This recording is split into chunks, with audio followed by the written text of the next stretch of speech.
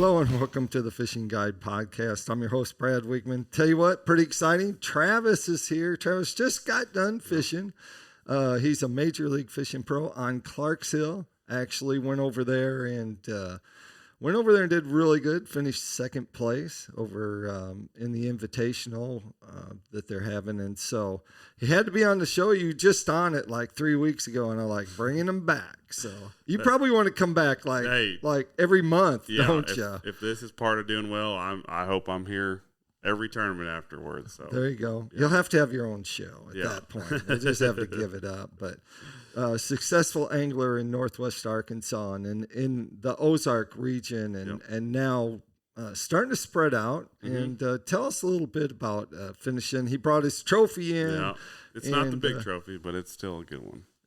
It's darn good, that's for sure. So tell us how this went down. And tell us a little bit first about your preparation for this tournament, because a lot of people will just see like the lures and they'll be like, oh, I can go throw that jig or I can go throw that crankbait and I don't have to practice. Yeah. Tell us how and in fact your method of practicing for a tournament. So for this particular event, Clarks Hill is like, it fluctuates much like Beaver here. Uh-huh. And so Google Earth was a tool that I greatly utilized. And in pre-practice, before I ever got there, I had a bunch of rock piles and rocky points and other offshore structure that fish will like to pull up on right before they spawn. And so in practice, I started running that stuff and just never found any real size. But the spot that I actually end up fishing the last 2 days is a spot that my travel partner, Scotty Valines, and we got to talking, and he was kind of figuring out a pattern, and we were kind of working together, and that's a huge key. But he actually was gracious enough. I was like, all right, what does this area look like? And he, looked over my boat and he dropped a waypoint like here and here. And so he's like, you can go back there and fish, whatever. And these are places he's planning to fish in the tournament. I was like, I don't need to fish your spots. Like, I just want to go get a visual look at it. And as soon as I went there, got a visual look at it, got on Google Earth, looked at the trails I'd been running on my Lowrance, and I was like, oh, I made it to this spot, but right here, this is where it's going to go down. That's the juice, huh? It's just a shallow backwater area. Yeah, and you could see that the main river was muddy, but this backwater area is starting to clear up. And even in some of the historical images, you could tell that was what's happening back there. So that to me said, okay, this is going to be the most stable water up here in this river. This river is going to warm up the quickest. Right. And it did. It was 65 to 69 degrees there in the tournament. Wow. I mean, those warm days, you get some sun in the afternoon, and I was so shallow that I had my Lowrance Ghost. I mean, it was jacked all the way up out of the water. I've got most times people have a mud line on your boat, but I've got a mud line on my active target transducer. That was how far I had it, had the trail motor raised up. But those areas are warming up quickest, and those fish were just moving back in there. And I didn't expect day 3 to have as many fish move in there as there end up being. But the night before the last day, it was nice, warm night, similar to what we've got here. Right. Windy, warm. I mean, perfect conditions. And as soon as I got into that area, I was throwing this swim jig here on this Vertus Jewel 7.6 flip pitch rod, and you couldn't take it away from them. I mean, they were trying to jerk the rod out of your hand and eat that jig. So. And so you got another bait there too. So this is the day 1 bait that I had 1811 on. I threw it on the Vertus Jewel deep diver rod, and this is just a 1.5 red square bill. I used it to crank all the bridges around there, just typical pre-spawn pinch points. These fish, they're moving back there, and there's underneath the bridge, there's an opening they've got to swim through there.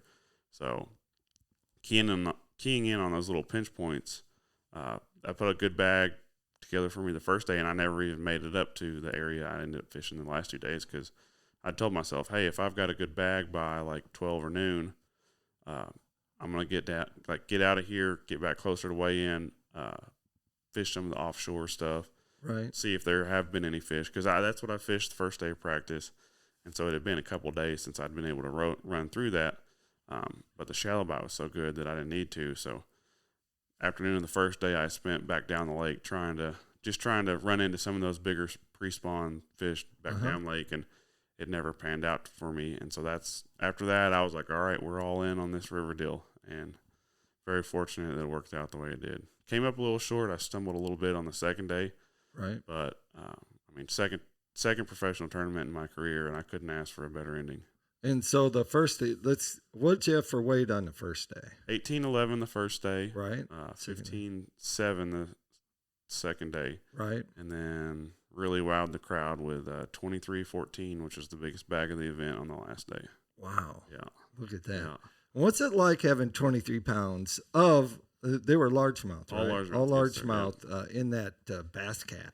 Man, it was crazy. I've had a lot of fantastic days in my bass cat, but that topped them all. I've won a lot of money out of that boat. One of my buddies, he had actually texted me after the first day. He said, man, I don't know if he said, I know those bass cats catch a lot of fish, but he said, there's not many that have caught as many as yours has. So, right. Yeah. So 23 was a big one, and most of them were all caught on the jig. Every one of those was on a white quarter-ounce swim jig. Yeah. I threw a jewel, but I ran out of those, and I just grabbed whatever I could get a hold of, and it didn't matter. They were so shallow. I mean, I've got some GoPro footage that I'll be releasing here soon on YouTube and then on Instagram.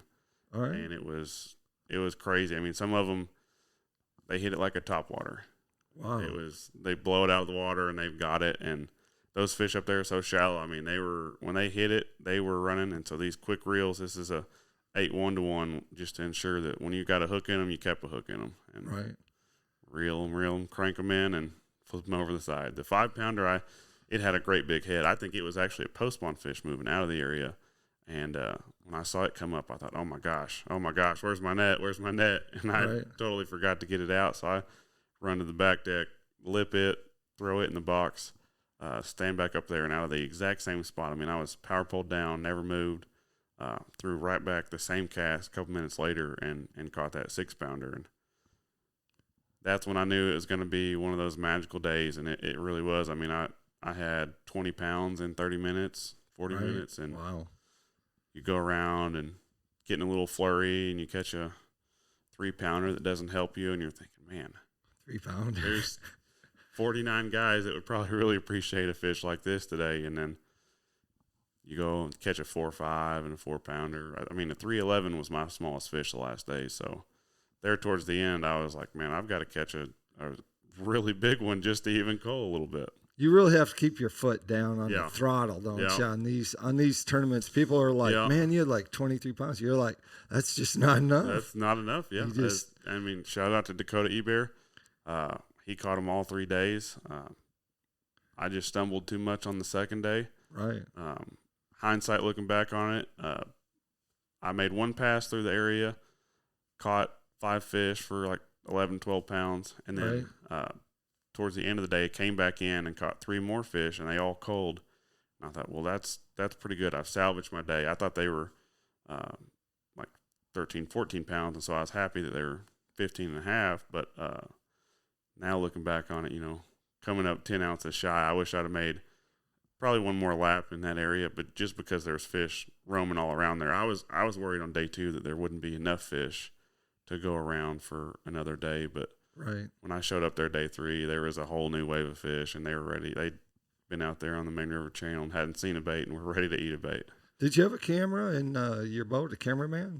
On day 2, I did. On day 2? But you weren't on day 3, didn't you? Well, so one of the producers had called me the night before. He said, hey, are you going to go back to that area? Because it was a very remote area, way up the river, no cell phone service. Right. So for the live aspect, he'd asked me, hey, you've earned your due time on live. Would you be okay if we swap a day here at Clarks Hill for a day at Eufaula or a day at Grand? Right. So both of those lakes are closer to home. Is that something you'd be interested in? And I said absolutely. Somewhere I can actually hopefully be on live. I'm not up in a remote area with no service, but somewhere where the fans and everybody following along and actually get a shot to see me. But yeah, for the TV show sake of it, I wish there would have been a camera in the boat, because that was, I mean, it was, you set the hook and it's a stinking big one. Right. And you're like, man, I catch the 5-pounder, and I'm thinking I hadn't caught one near that big in there the day before. So I'm thinking, wow, that's incredibly lucky. I'm completely fortunate to do something like this. And then go a couple minutes more and catch a 6-pounder. And so you're just like, at that point, what is going to happen in here today? Your mind goes crazy. Right. And so, but you went there actually thinking forward facing. You thought, Yep. man, this is going to be that, because you actually have a little history on the lake of doing some mapping for Yep. Lawrence, don't Yep. you? Yeah. And that played a big key in it, just as far as running up the rivers, being able to run comfortably and having a great map that, exactly. I mean, I know exactly where the contours are because I was the guy out there mapping those. And so it's cool to fish a spot that I've actually mapped before. But yeah, I went into this tournament totally geared up for forward facing sonar, the whole gambit down the lake, chasing roaming fish or fish on offshore structure. But when I showed up and the lake was muddy, I knew, well, we're going to have to go shallow to win this thing. There's going to be too many fish moving up if it's going to be the same conditions we had. And I mean, it was warm pre-spawn. The full moon's right now. I mean, those fish, you know where they're going, and I just got in front of them and was fortunate there was enough of them coming to me. So, yeah. And like you were saying though, the Lawrence Sea map, I mean, huge key. Are you using the there's different color palettes that they have? Absolutely. So you're using the different color palettes. Yeah. Shading, you're doing the custom shading. That way, because it's kind of like, okay, well, this bay has got this much good water, right? This much good water back in there. This is where these fish are going to spawn. They'll hang out on these. Those fish were actually on it was a big eelgrass and isolated bushes back there. And there were some fish roaming around the eelgrass, but the better fish were right up next to the bushes. And some of them were so shallow. I mean, probably my biggest fish the second day, I saw it from probably 200 yards away chasing a brim, a shad, I'm not sure, but waked out of this bush. I thought, I'm going to do everything I can to get back there. I mean, it was the farthest bush back. Wow. And I raised my trolling motor all the way up, put it on 2 that way. I mean, the ghost was another big key. I mean, sneaking around in there, getting on these fish without them knowing you're there, and making really, really long casts. And you're a shallow water power fisherman from way back. So so don't think he's a young kid that is out there just using his electronics and thinking that's your whole game plan. Your game plan is you're well rounded, which probably plays a big part. Absolutely. So where are you off to next? Where does the Invitationals The go? Invitationals, they're coming up on Lake Eufaula in April. I think in Oklahoma. Yep, April the 14th through the 16th, I believe. So I'm looking forward to that being a lot closer to home. Hopefully we can find some magical area like we did at Clarks Hill and see what happens. But and then you go to Lake of the Ozarks. Lake of the Ozarks, and and so then both of those are much closer. Right, and then you travel. Yeah, then it's back on the train. Yeah. Yeah. So you're going to. After that, we go to Virginia, Maryland, the Potomac River. Yeah. Yep. So Tidal River. That one will be that'll be a learning curve for me, very much like Okeechobee. You guys will notice after Okeechobee, I wasn't in here doing this interview because after Okeechobee, I finished about dead last. I wasn't. Marty Stone, he said it best. He called me after my first day. He said, "Don't worry." He said, "I've been in your exact shoes before." Right. My first pro tournament, he said, I wasn't dead last, but I was next door neighbors to him. So that is exactly how I felt after Okeechobee. So Potomac River, it'll be a challenge too. I mean, lots of grass, fluctuating water with the tides and everything. Yeah. So I'm looking forward to it. And then we finish up the season up at the Mississippi River in La Crosse, Wisconsin. So which is another phenomenal place. It can be. Yeah, right. Can't be because I've been there, fished that, done that. Tom Monser, I actually fished with up there. So people, little swim jig might come into hand here in a couple months up there. Yeah. Is he fishing? I wonder if he's fishing. Is he fishing in the Invitationals? I think I saw him at the Okeechobee. I don't remember if he was at Clarks Hill, but I'll check that out. I bet he'll find a way in up there in La Crosse at his hometown. Tell us a little bit about these rods. We were talking before the show, and both of us living here in Northwest Arkansas, and you said those were the jewel rods. Yep, these are the Virtus Virtus rods made over there in Harrison, Arkansas. So Right. just a couple hours down the road. I just partnered up with these guys before the season kicked off, and so I've got 2 tournaments under my belt throwing these rods, and I mean they've made a difference. So this rod here, a little bit longer than your typical swim jig rod, but for the application I was using it for, that 3 inches was huge as far as getting What your is bait. the length of that rod? This one here is a 7.6. It's geared as their flip 7.6? pitch. Yeah, and That's so a long rod. that's for throwing a swim jig, and you would think, this long rod is going to wear you down, but these rods are incredibly light, very sensitive. Right. And I mean, my hook up to land ratio, and incredibly strong. That 6-pounder, I didn't say this. I didn't think it was as big as it was, and I actually boat flipped it. And then Really? when it hit the carpet, I thought, wow, I am very lucky that I've got a very strong rod, and this thing held up on me and put the fish in the boat. But no, these are great rods. They're man-made here in Arkansas. Right. I mean, it doesn't get any better than American-made components. I mean, head to toe, and they've got a full staff over there, and right. they're great people. If you guys are in the market for a new rod, want to buy one that is 100% American-made, make sure and check out Virtus Jewel Rods. And your do you have a trophy room? Do you have like a fireplace or something where you stick all yours? Or? Not yet. It's kind of like a little cabinet, but thankfully it's growing pretty quick. Right. 2022 was a fantastic year for getting the hardware, and right. so far we're starting off pretty well in 2023 as well. There you go. Yeah. That takes us up to Tackle Time. Tackle Time sponsored by PICO Lures. PICO Lures makes a complete line of hard and soft baits.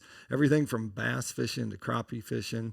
You name it, walleye fishing. Anything you do out there fishing for, PICO Lures has it. Make sure you check them out at picolures.com.